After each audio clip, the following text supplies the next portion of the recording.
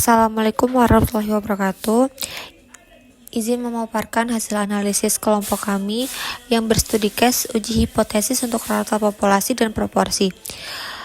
Sebelumnya kami dari kelompok 1 izin memperkenalkan diri terlebih dahulu, yang beranggotakan Flora Alfiani, Bahirah Juliani, Bulan Agustina, Muhammad Taska Gianto, dan Bayu Satrio Wibowo. Oke, di sini saya akan menjelaskan yang pertama ada pengertian hipotesis. Hipotesis berasal dari kata Yunani, hypo atau di bawah, dan tesis atau pendapat, sehingga merujuk pada pendapat sementara yang kebenarannya diragukan hingga dibuktikan. Menurut Kamus Besar Bahasa Indonesia atau KBBI, hipotesis adalah sesuatu yang dianggap benar meskipun masih memerlukan pembuktian melalui data atau eksperimen. Dalam penelitian, hipotesis berfungsi sebagai prediksi awal yang menghubungkan variabel independen dan dependen. Fungsi utama hipotesis adalah memberikan kerangka kerja untuk pengujian ilmiah, membatasi ruang lingkup penelitian, dan memandu pengumpulan data. Lalu yang kedua, ada jenis uji hipotesis untuk rata-rata populasi dan proporsi populasi. Ada dua, yaitu rata-rata populasi dan proporsi populasi. Untuk rata-rata populasi, yang pertama ada uji Z1 sampel atau one sample Z-test. Lalu yang kedua, uji T1 sampel atau one sample T-test. Yang ketiga, uji Z2 sampel atau two sample Z-test.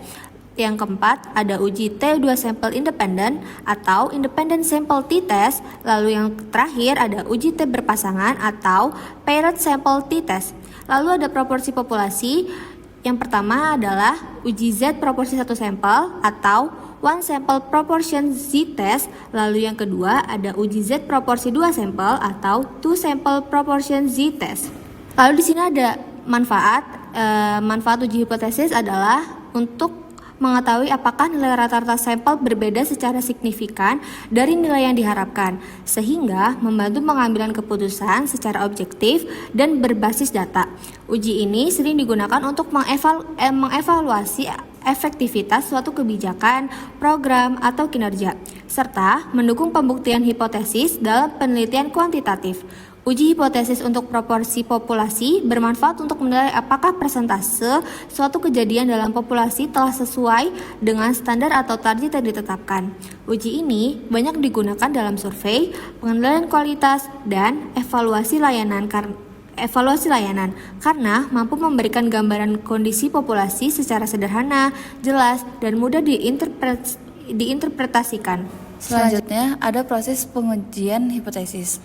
Proses ini dimulai dengan merumuskan hipotesis 0 dan hipotesis alternatif atau H1 sebagai dasar pengujian. Selanjutnya ditentukan tingkat signifikan, yaitu batas toleransi kesalahan dalam mengambil keputusan, yang umumnya sebesar 5%. Setelah itu, penelitian memilih metode atau uji statistik yang sesuai dengan jenis data dan tujuan penelitian, misalnya uji T, uji Z, atau ANOVA. Tahap berikutnya adalah menghitung nilai statistik uji berdasarkan data sampel. Terakhir, nilai tersebut dibandingkan dengan nilai kritis atau p-value.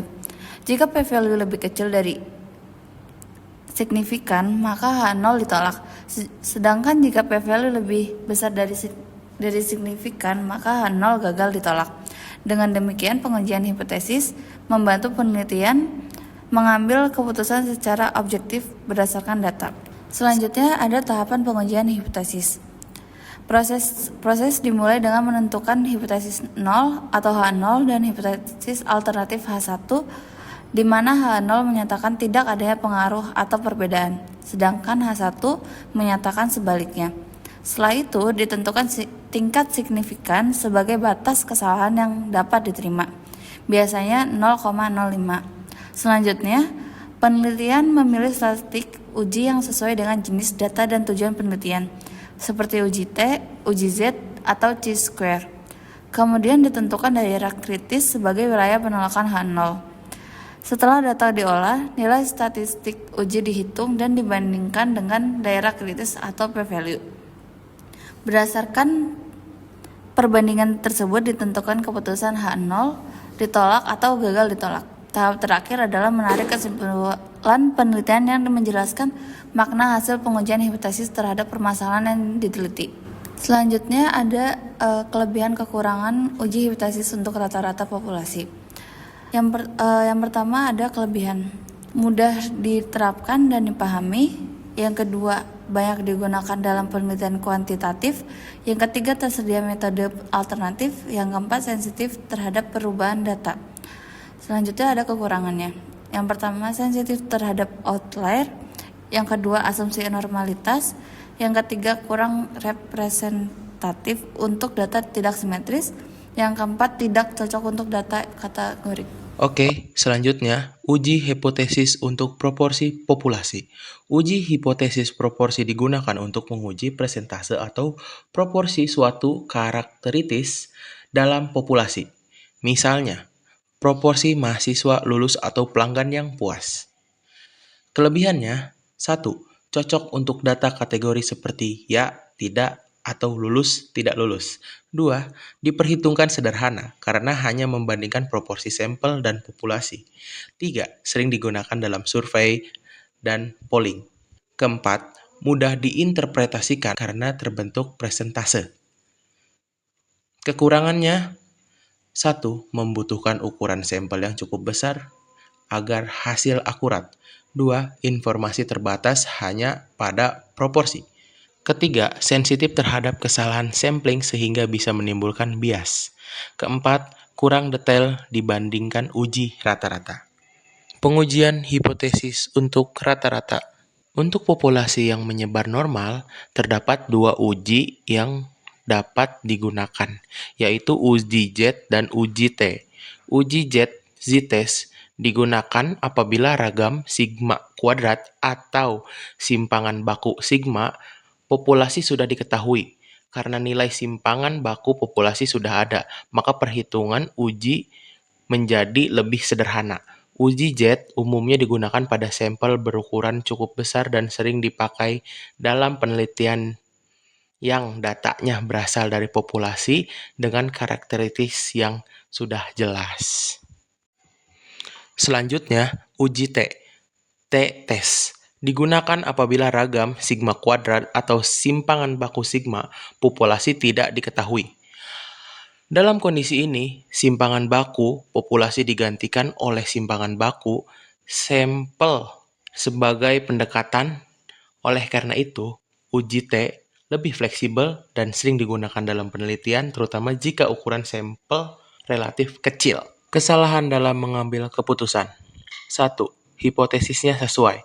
Keputusan yang diambil sudah benar karena hasil pengujian sesuai dengan kondisi sebenarnya. Hipotesis 0 diterima atau ditolak dengan tepat. 2. Kesalahan tipe 1. Hipotesis 0 ditolak padahal benar. Terjadi ketika hipotesis 0 sebenarnya benar, tetapi hasil uji menyatakan ditolak. Kesalahan ini disebut dengan false positive. 3. Kesalahan tipe 2. Hipotesis 0 diterima padahal salah. Terjadi ketika hipotesis 0 sebenarnya salah tetapi hasil uji menyatakan diterima. Kesalahan ini disebut juga dengan false negative. Nilai P. P value pengujian. Nilai P adalah probabilitas diperolehnya statistik uji dengan asumsi hipotesis 0 benar. Nilai P berada antara 0 dan 1. Nilai P menunjukkan beberapa kuat bukti data terhadap hipotesis 0. Semakin kecil nilai P, semakin kuat alasan untuk menolak hipotesis 0. Semakin besar P, semakin lemah bukti untuk menolak hipotesis 0. Nilai P digunakan sebagai dasar pengambilan keputusan dalam uji hipotesis, yaitu penerimaan atau penolakan hipotesis 0. Selanjutnya yaitu statistika uji dan wilayah penolakan. Statistika uji terdapat 2 jenis statistika utama yang digunakan tergantung pada kondisi data yang kita miliki. Yang pertama ada uji Z, digunakan jika simpangan baku populasi diketahui atau ukuran sampelnya lebih besar. Yang kedua ada uji T, digunakan jika simpangan baku populasi tidak diketahui atau menggunakan simpangan baku sampel S. Wilayah penolakan hipotesis nolnya adalah keputusan untuk menolak atau menerima hipotesis tergantung pada bentuk hipotesis alternatifnya atau H1. Bentuk hipotesis H1, kriteria penolakan HO, hipotesis H1 mu bukan sama dengan mu 0, berarti ditolak jika nilai mutlak hitung lebih besar dari nilai tabel. Dan yang ketiga ada H1 mu lebih kecil daripada mu 0, ditolak jika nilai hitung lebih kecil dari nilai tabel negatif. Yang terakhir ada H1 mu lebih besar daripada mu 0, ditolak jika nilai hitung lebih besar dari nilai tabel positif. Selanjutnya ada contoh soal dan pembahasan. Kasus yang pertama adalah seorang dosen ingin tahu apakah ada perbedaan rata-rata nilai bisnis antara 3 metode pembelajaran, metode A, B, dan C. Datanya adalah sampel diambil dari 20 mahasiswa per metode, total N-nya adalah 60. Tingkat signifikannya adalah menggunakan A sama dengan 0,05 atau tingkat kepercayaannya 95%. Hipotesisnya yaitu yang pertama H0, tidak ada perbedaan rata-rata nilai di antara ketiga metode. Yang kedua H1, ada perbedaan rata-rata nilai di antara ketiga metode. Halo teman-teman, pada kesempatan kali ini kita bakal lanjutin dari teman-teman kita mempresentasikan. Pada kesempatan kali ini saya, Dwi Tribowo, akan menjelaskan tentang teknis SPSS-nya teman-teman. Oke, langsung saja langkah pertama adalah teman-teman bisa langsung buka SPSS-nya ya, lembaran kosong seperti ini. Lalu untuk memasukkan variabelnya ya, teman-teman bisa langsung masuk ke variabel view, yang mana nanti teman-teman isi dengan nilai ya, yang mana nanti akan menunjukkan nilai mahasiswa. Yang kedua adalah metode ya teman-teman. Ini tipenya numerik semua teman-teman. Lalu nanti di sini teman-teman bisa melabeli dengan nilai mahasiswa. Lalu untuk metodenya teman-teman bisa labeli dengan metode penilaian ya teman-teman. Lalu untuk value-nya, karena metodenya itu ada 3, metode A, metode B, dengan metode C. Jadi untuk di value ini kita wajib mengisi dengan 3 metode tersebut ya. Yang mana nanti metode 1 adalah value 1 dengan A ya, metode A. Lalu 2 itu metode B, 3 itu metode C teman-teman. Oke, setelah sudah semua ya, tadi A value-nya 1, labelnya A, lalu add atau tambahkan, kita lakukan ke ketiganya A, B, dan C. Lalu teman-teman klik OK ya. Lalu di sini akan muncul 1A, 2B, 3C teman-teman. Lalu untuk measure-nya di sini yang nilai itu pakai scale, lalu untuk yang metode itu pakai nominal teman-teman. Oke. Setelah seperti ini ya teman-teman, teman-teman sudah bisa memasukkan datanya di bagian data view, yang mana ada kolom nilai dan kolom metode ya teman-teman. Dan teman-teman untuk mempermudahnya, teman-teman bisa membuat dulu teman-teman untuk Excel-nya ya. Seperti ini teman-teman. Excel ini diambil dari data sebelumnya yang telah dijelaskan teman-teman saya teman-teman, yaitu ada metode 1, metode 2, metode 3 ya. Karena di SPSS-nya itu bentuknya ke bawah lah ya, buat gampangnya biar teman-teman paham. Jadi nanti metode 1 berjumlah 20 teman-teman, itu nilainya ada di sebelah kirinya ya.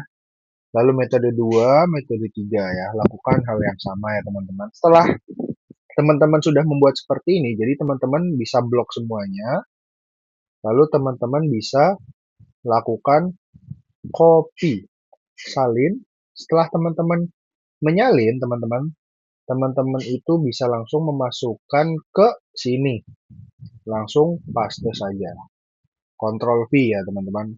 Nah, datanya sudah terinput teman-teman ya.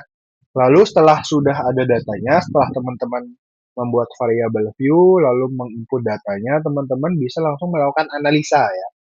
Analisa one way ANOVA. Tempatnya ada di mana? Tempatnya ada di compare means ya. atau komparasi Mean, lalu ada di one way ANOVA. Oke, lalu di sini ada dependent list teman-teman dan faktor. Teman-teman bisa memasukkan nilai mahasiswa di dependent list, lalu metode penelitian di faktor. Lalu sebelum kita memulai, kita harus masuk ke post hoc dulu ya, yang mana nanti metode ini berperan sebagai seperti apa namanya ya, validasi lah ya teman-teman. Jadi post hoc ini itu nanti akan menunjukkan metode mana sih yang itu berbeda secara signifikan teman-teman ya. Nanti setelah masuk ke post hoc ini, teman-teman bisa masuk ke yang 2K atau centang yang 2K ya. Lalu pastikan untuk null hipotesis tesnya itu levelnya 0,05 ya teman-teman. Lalu teman-teman bisa langsung continue.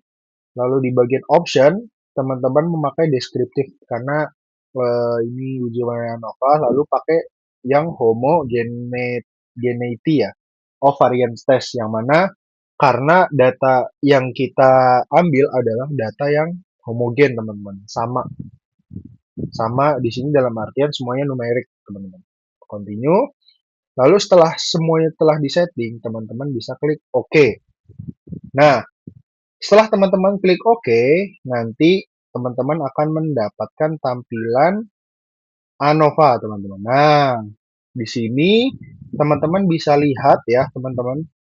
Di sini ada deskriptif, test of homogeneity, and variance, variance, lalu ada ANOVA ya, teman-teman. Ini ada 3. Nanti di bagian deskriptifnya terlebih dahulu, teman-teman. Di sini artinya tabel ini menunjukkan nilai rata-rata setiap metode pembelajaran. Teman-teman bisa lihat di bagian meannya, teman-teman. Jadi untuk metode A ada 20 data tadi, 20 nilai atau ya jumlahnya ada 20 data. Lalu mean atau rata-rata nilainya adalah 68,5500. Lalu yang B78, yang C71. Ya, ini menunjukkan nilai rata-rata setiap metode pembelajaran. Jadi pembelajaran A, B, dan C, teman-teman ya. Lalu di bagian test of homogeneity variance ya, teman-teman bisa lihat di bagian nilai signifikasi atau SIG kalau di sini ya, teman-teman.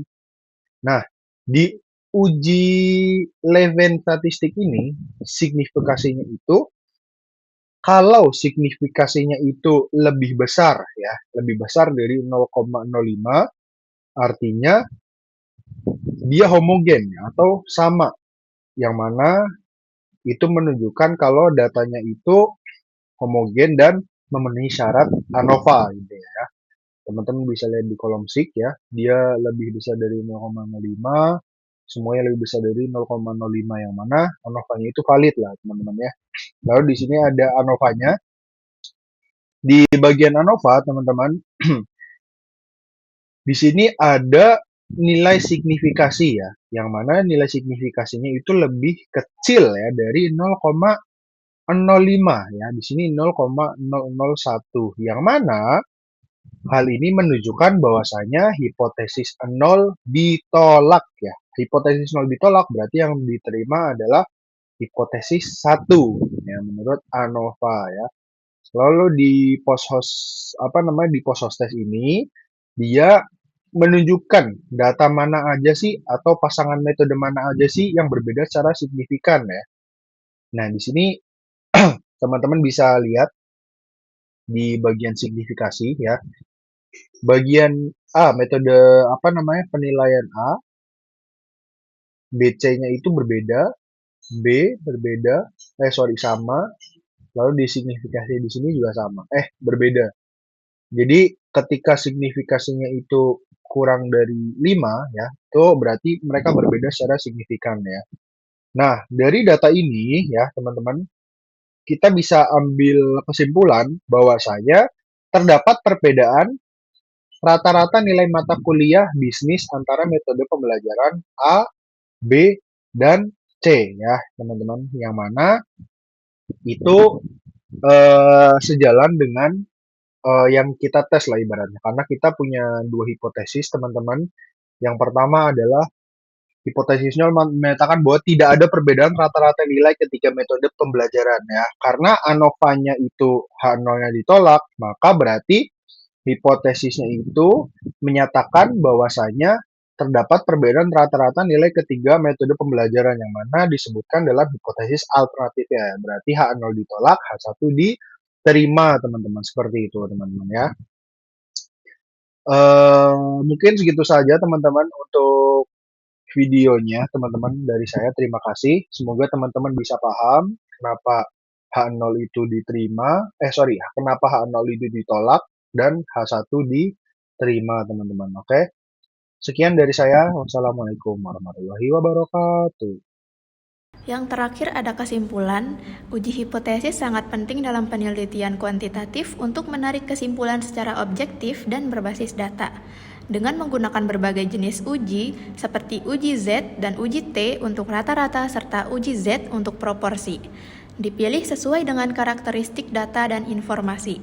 Proses pengujian hipotesis dilakukan dengan penentuan tingkat signifikan, pemilihan statistik uji, hingga penarikan kesimpulan berdasarkan nilai kritis atau p-value.